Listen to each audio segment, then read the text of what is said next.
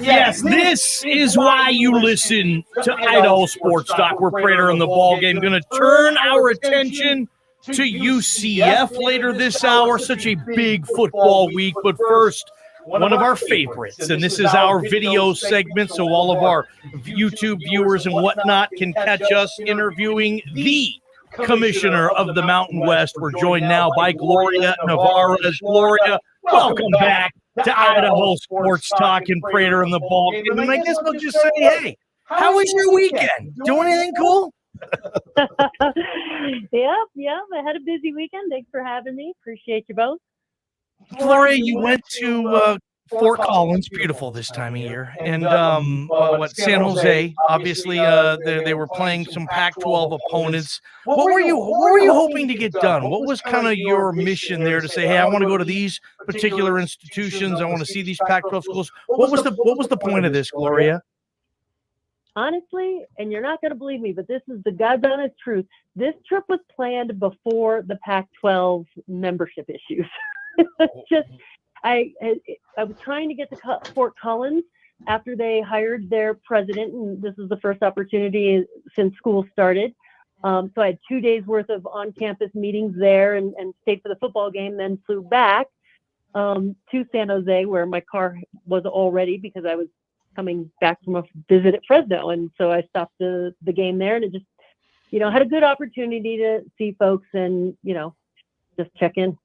Gloria Nevarez, Mountain West Commissioner, joining us right here on Idaho Sports Talk. And I understand you're not going to go too deep into details. Some stuff is getting out there publicly. The one thing I wanted to talk to you specifically about getting some FaceTime with the presidents and the athletic directors and some very important people at Washington State and Oregon State. According to some reports, one of your selling points in terms of trying to bridge this gap between whatever is known as the Pac-2 and the Mountain West is CFP access, and that's very important. Boise State built its program and built its brand on this kind of access, these kind of games, and it's very important to Boise State.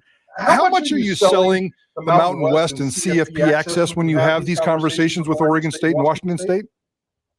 Well, certainly it is an important part of what we value, regardless of who we're talking to out there in the environment. And frankly, it was part of Craig Thompson's legacy, and he was on that small group that got the expanded playoff through and passed, and was also one of the most vocal and about making sure that the top 6 conference champions had a spot in the playoff. And that's what we refer to when we say access, and that certainly is important for us no matter what the CFP looks like going forward, because that's what we're in it for, right? An ability to compete for the national title at the highest level. So it certainly is an important aspect on how we define ourselves, and one that I think really has been a legacy of Craig's and the Mountain West. Just broad speaking, generally 32,000-foot view of the last month, and where you feel. And I think some of the quotes that I've seen, you said, we're ready for everything. All options are on the table, and we're ready for whatever happens. It sounds like you've done your homework and you're very confident that the Mountain West and all your entire team is very confident about the position you're in right now. So how are you feeling about this? Eventually there's going to be some transition. Eventually we're going to have some kind of press release. I have no idea what that says. You probably have no idea what that press release is even going to say, but how are you feeling about this process? Well, and to your point, the environment's been moving rather quickly. I feel good about being at least ready for what could come, as much as you game theory this out. But a lot of what is happening is outside of my and our control at the Mountain West. But what we can control is, how we are structured as a league, how we position ourselves to compete, how we think about membership, and being ready for anything that makes us stronger as a league, and trying to really think forward in that. And our membership has been really bought in, and you saw the statement that came out from our board about the alignment that we have. We certainly have a lot in common, and I think our league is feeling good about where we are right now. Gloria, was there a deadline in your speakings with both Washington State and Oregon State over the last few days, or dotting your I's and crossing your T's? Did they give you a deadline or even a timeline of when they would like to get things in motion by? Well, I visited those campuses, what was it, 2 weeks ago now? I lost track of my days. I can confirm that, yes. Thank you. Thank you for fact checking my own travel schedule. But it was, before the Cal and Stanford move. So there was still huge question marks around future and timelines. And so there, again, things that I don't control nor have a say in really, but probably will have more clarity in the coming weeks and months now that that has been determined. You said in the coming weeks and months, just your best educated guess from a very educated position that you're in right now in terms of the timeline. Everybody wants this to happen yesterday, including you. We all would love to have this happen yesterday, but I suspect it's a little bit stickier than that. You don't expect anything to happen fast, do you? Or maybe you do. I mean, what is fast? Yeah. October 1st. October 1st. Right? October Yeah. 1st.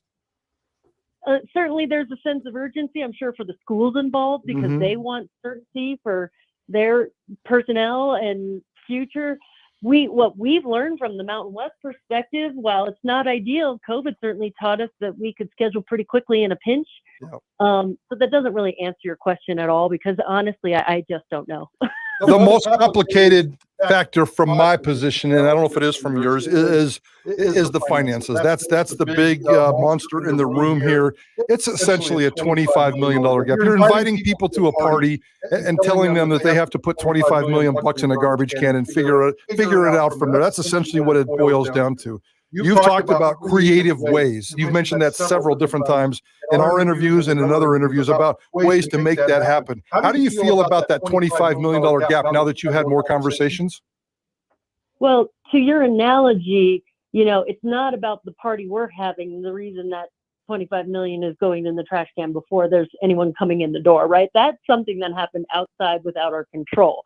We certainly are not in a position to make up that type of gap. But we are in a position to talk creatively about mitigating that burn, whether it's a scheduling, creative scheduling, or, rethinking revenue distribution. But those things wouldn't be part of a reason someone would come into our party or not. Those are something I think we probably have to do anyway, whether we expand or not, to stay competitive and be part of our future. Gloria Nevarez, Mountain West Commissioner, here with Prater in the Ballgame, Idaho Sports Talk. Gloria, Michael Resco, the Commissioner of the American Athletic Conference, recently said that he will not expand westward, which is the term he used. Does that help or hurt the Mountain West in this situation? We want Wazoo and Oregon State. We think you do too, as far as the other Mountain West teams go. The fact that maybe they won't be pursued by another group of 5 league. Again, my question, Gloria, does that help or hurt the Mountain West? Well, it's interesting because we've talked about how quickly the environment changes. I think it certainly helps narrow down viable options, or I'd say it takes away a question mark out there in the market. But I really respect what the American, did and said. They know who they are. They know what, that the travel for, those schools was going to be arduous, and made a public statement that they weren't going to do it. And so, I really respect that decision, and it was aligned with their mission and values. There's been 2 models that have been thrown out there in public. We won't debate whether they're accurate or not. I'm assuming there's some validity to that, whether the Pac-2 merges into the Mountain West, whether the Mountain West reverse merges into the Pac-2 and how that works. Do you see any kind of model out there where a third conference would get involved, whether it is asking some American teams to come over here? Maybe that would be the Oregon State, the Oliver Luck, and the Washington State decision for those guys to make, and not necessarily you guys. But is it as simple as the Mountain West and the Pac-12, or could there be a third party involved eventually here? To your point, to your question, I should say, have not seen models. I don't think folks are that far along in the details yet, but, and I feel a little bit like a broken record, but it's true. We're open to anything that makes the Mountain West stronger. So willing to explore, have those conversations when appropriate. Gloria, if I'm Washington State or if I'm Oregon State and I come to you and I say, hey, yeah, we'll join your league, but I don't want an exit fee. If something does happen in this landscape and the pack returns or something, or the Big 12 falls, whatever the case is, I want to be able to leave this league and not have to pay anything. I don't know if that's something they would ask for. Again, if I was them, I would ask that. And if they asked that to you, where would Gloria Nevarez take that? Well, the common myth in a lot of college athletics is that commissioners have a lot of legitimate authority. That wouldn't be a Gloria Nevarez decision. That would be a board of directors decision. And certainly, we don't have a hard and fast formula on how we've added schools in the past, invited them in. It's, been very case by case. So there's definitely a discussion to be had about that and other questions they may have. Gloria, sorry about that. One of the models that has been reported out there and talked about is whether the 2 come over to the 12 that you have for 14 teams. And there's also been some talk, and maybe it's just knuckleheads like myself floating it out there, and this is where you can kind of confirm or deny or whatever. Taking those 2 Pac-2 teams and merging them with the 9 Mountain West teams, because we know that 9 number, you can dissolve the league and maybe protect some of that Pac-12 money that's out there that everybody is so coveted. What is your official stance right now on the Mountain West 9, 10, 11, and 12? I'm assuming you're all in this together, but eventually could there be some hard decisions to make down the road in terms of membership? We've not had those conversations yet. Certainly we think about those things as we try to get ahead. I will tell you, I represent all 12 schools in the Mountain West, and whatever we do, I hope, or my directive would be that it would have to make the Mountain West stronger. So that's about all I can say at this point. But again, it's really premature. A lot of the modeling, a lot of the different merger concepts that you and others have chatted about really haven't been, we're not at that point yet. It's crazy to think in just such a short period of time, just dating back to January when we first met you, Gloria Nevarez, and you began your reign as commissioner of this league. I called you Gloria the Gangster on social media.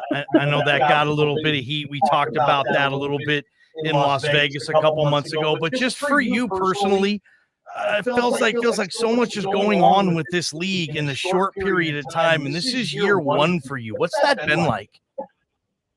It certainly has been a lot, but you know what? I really appreciated the alignment and the strength of the people in the league. We know who we are. We know where we are in the ecosystem, and we take a lot of pride in our competitive position, our ability to, win and compete at the highest level, even though, we're a far cry financially from the Power 4 now.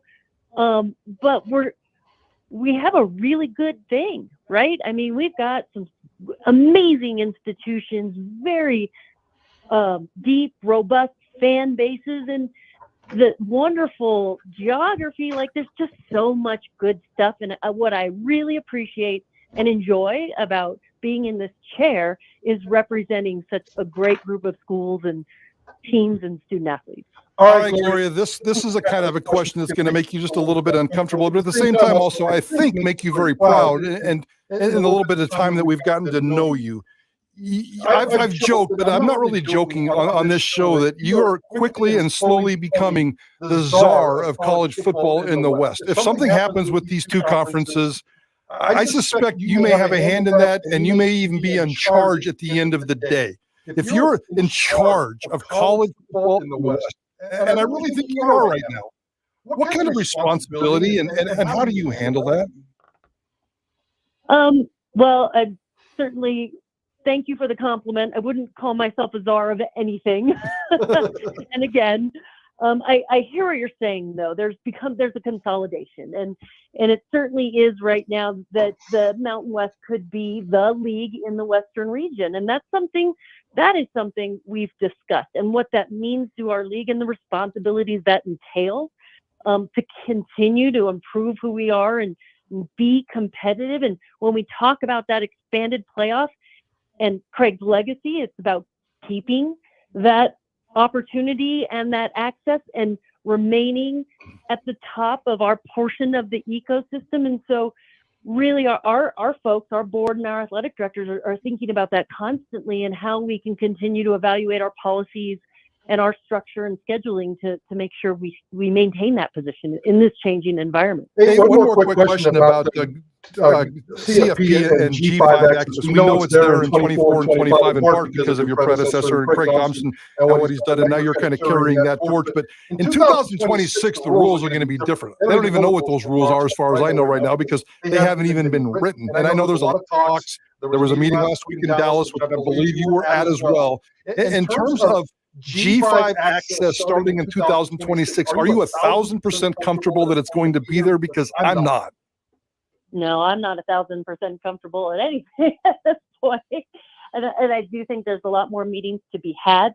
I do feel good about the relationship we have among the 9 FBS commissioners and the ability to think about the good of the game, the health of the pipeline, the strength of college football in what it means to football and the state of the game nationally from youth to pro.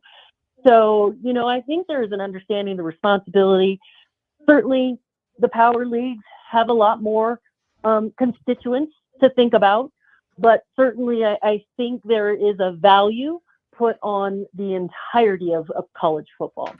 So I'm optimistic, but I am kind of an optimistic that way. And I'm not. So some will meet in the middle. Speaking of optimism, we'll leave you with this. We do appreciate your time. I asked for 10 minutes. We've kept you for 20, but this one is going to be worth it. Fresno State and Wyoming this weekend. Yes. Holy cow, Commissioner. Yeah. What about those two teams? Craig Thompson only produced one Power 5 win last year. You're in week 1. You've got 2. Nice. And when you say you, I have nothing to do with that. I show up, I eat popcorn, and I cheer for our team. So I hope to do the same and look forward to more great football this weekend. But a hell of a start, right? I mean, I know there were some losses and some stuff that didn't get ugly or did get a little ugly, but Fresno State and Wyoming carrying the banner this first weekend, that's got to be pretty spectacular for the Mountain West, right?